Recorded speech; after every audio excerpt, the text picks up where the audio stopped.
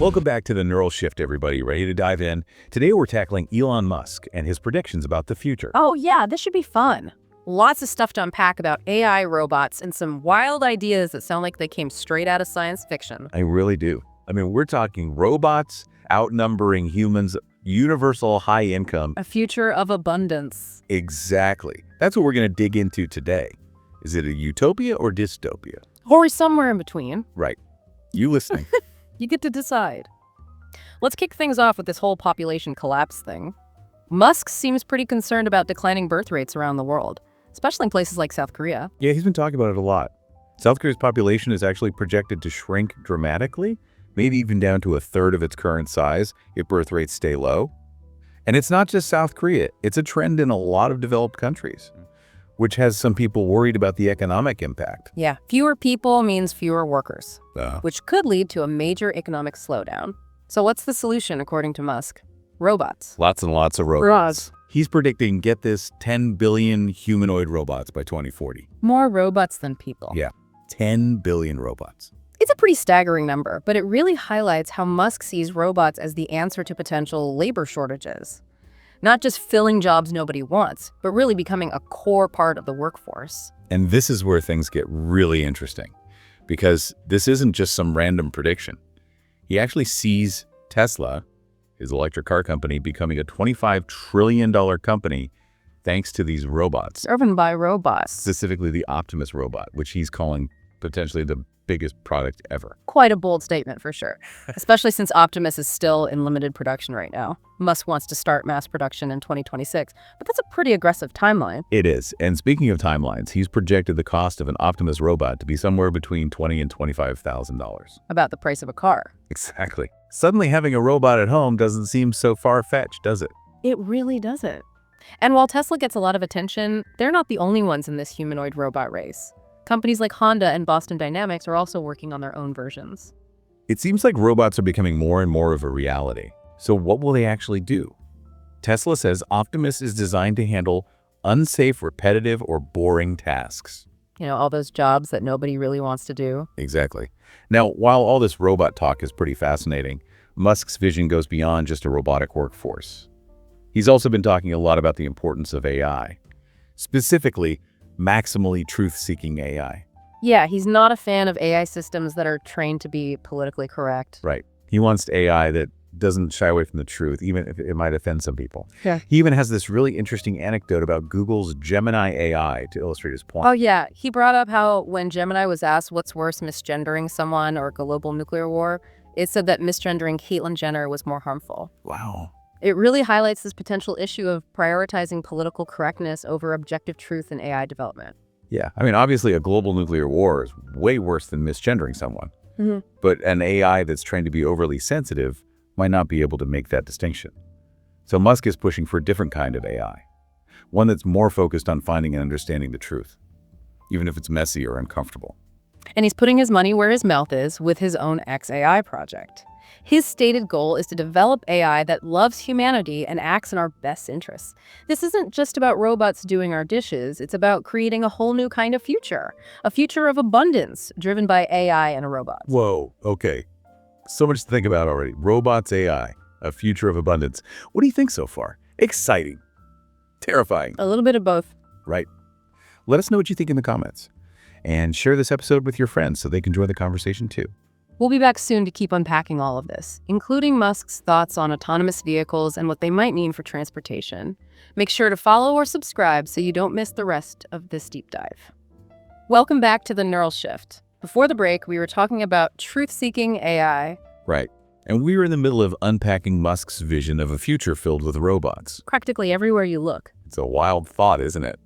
But I gotta admit, well, it's cool to see a robot like Optimus serving drinks at that cybercab event. It's not exactly mind-blowing. What about the bigger picture? What about those self-driving cars Musk is so excited about? Yes, autonomous vehicles. Another piece of Musk's future of abundance puzzle.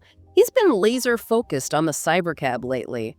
You know, Tesla's version of a self-driving taxi. Yeah, he's even predicted that we'll have millions of them on the roads in just a few years.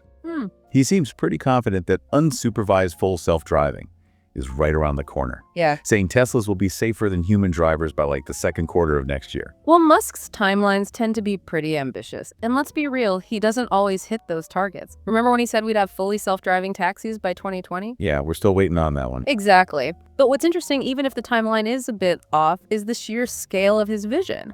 He's talking about a fleet of over 100 million autonomous Tesla vehicles. Wow, imagine that. Millions of robo-taxis everywhere. And it doesn't stop there. He's already mentioning volume production for the cybercabs starting in 2026. That's soon. Yeah. And he's even gone as far as saying that eventually all cars will drive themselves. No more traffic jams. Yeah. No more road rage. Just smooth, efficient transportation.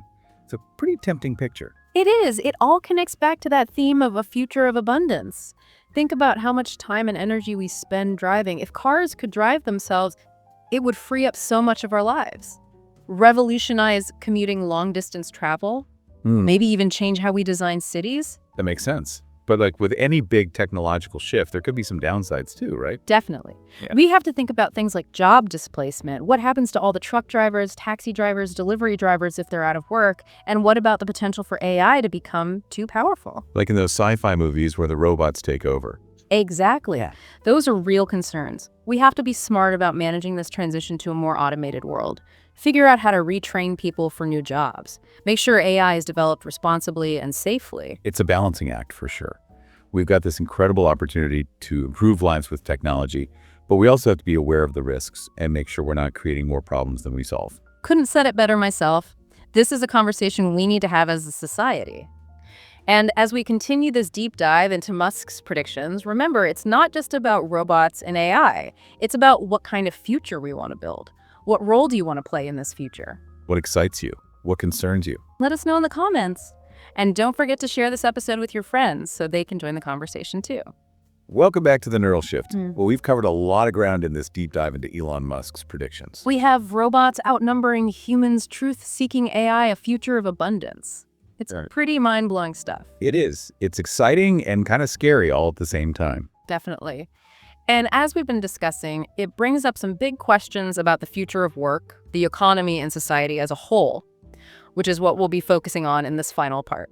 Okay, so we've talked about some of the potential benefits of automation, like increased productivity and efficiency, but we also have to think about the downsides. Right. Like what happens to all the jobs? Exactly. The economic and societal implications are huge. What happens if Musk is right? How will all of this change the world? And what does it mean for us as individuals? Let's start with the elephant in the room, jobs. If robots can do most of the work, what happens to all the people who used to do those jobs? I mean, it's one thing to imagine robots doing dangerous or repetitive tasks, but what if they start doing everything? Well, that's the million-dollar question, isn't it? Some experts think automation will actually create new jobs we can't even imagine yet, just like the internet did. So basically new technology, new opportunities. Exactly. They argue that as technology advances, it opens up new possibilities and new industries which will need human workers. Okay, that's a more optimistic view. Yeah. But some people are way more pessimistic. They're worried that this time it's different, that AI and robotics are advancing so fast that humans just won't be able to keep up. Yeah, they worry there won't be enough new jobs to replace all the ones lost to automation.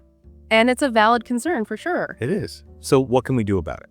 Well, whether it's retraining programs, a universal basic income, or something else entirely, we have to start thinking about how to prepare for a future where work might look very different from what we're used to. Right. And even if we solve the jobs problem, there's still the economic impact to consider. If robots are doing all the work and the cost of goods and services goes way down, who benefits? And who loses out? I mean, a world where everyone has access to affordable food, housing, healthcare, education, it sounds amazing. It does. But the reality might be a lot more complex. If robots are doing all the work, who's making the money to buy all those goods and services? We might end up in a situation where the people who own the robots and the AI systems become incredibly wealthy while everyone else struggles. So it's not just about creating abundance. It's about figuring out how to distribute it fairly. This isn't just a tech problem. It's a social and political one, too. Exactly. And it's a conversation everyone needs to be a part of, not just the tech companies and the politicians. We need to decide what kind of future we want and then work together to make it happen. I totally agree. So we've talked about jobs and the economy, but what about the impact on society in general? If we're more and more reliant on robots and AI, What happens to human connection? Are we all just going to end up isolated in our own little bubbles, staring at screens and talking to machines? It's something to think about for sure. I mean, we're already seeing concerns about social isolation and less face-to-face interaction in our digital world. And if robots become even more common, those trends could get worse. Yeah, it's a good point. We need to be aware of the social and psychological impacts of all this technology and make conscious decisions about how we use it. Absolutely. And then there's the ethical side of things. Who decides how these technologies get used? Who's responsible if something goes wrong? These are big decisions with huge implications. We're talking about potentially reshaping entire industries and maybe even society itself. No pressure. Right. We need clear ethical guidelines for AI and robotics, and we need transparency and accountability at every stage. It can feel a little overwhelming. All this talk about a future with robots and AI, it's easy to feel like it's all out of our control, like we're just along for the ride. I get that. But as we wrap up this deep dive, I want to emphasize that we're not just passive observers. This isn't some distant sci-fi future. This is the world we're building right now. And we all have a role to play in shaping it. So what can we do? Stay informed. Get involved in these conversations. Make your voice heard. Read about these technologies. Talk to your friends and family. Let your elected officials know what kind of future you want. This isn't just about predicting the future. It's about creating it. That's a great point. The future isn't set in stone. It's what we make it. So what role do you want to play in building this new world? What excites you? What concerns you? And what are you going to do to help create the future you want to see? Let us know in the comments below. Thanks for joining us on The Neural Shift, and don't forget to subscribe for more deep dives into the ever-changing world of technology and its impact on our lives.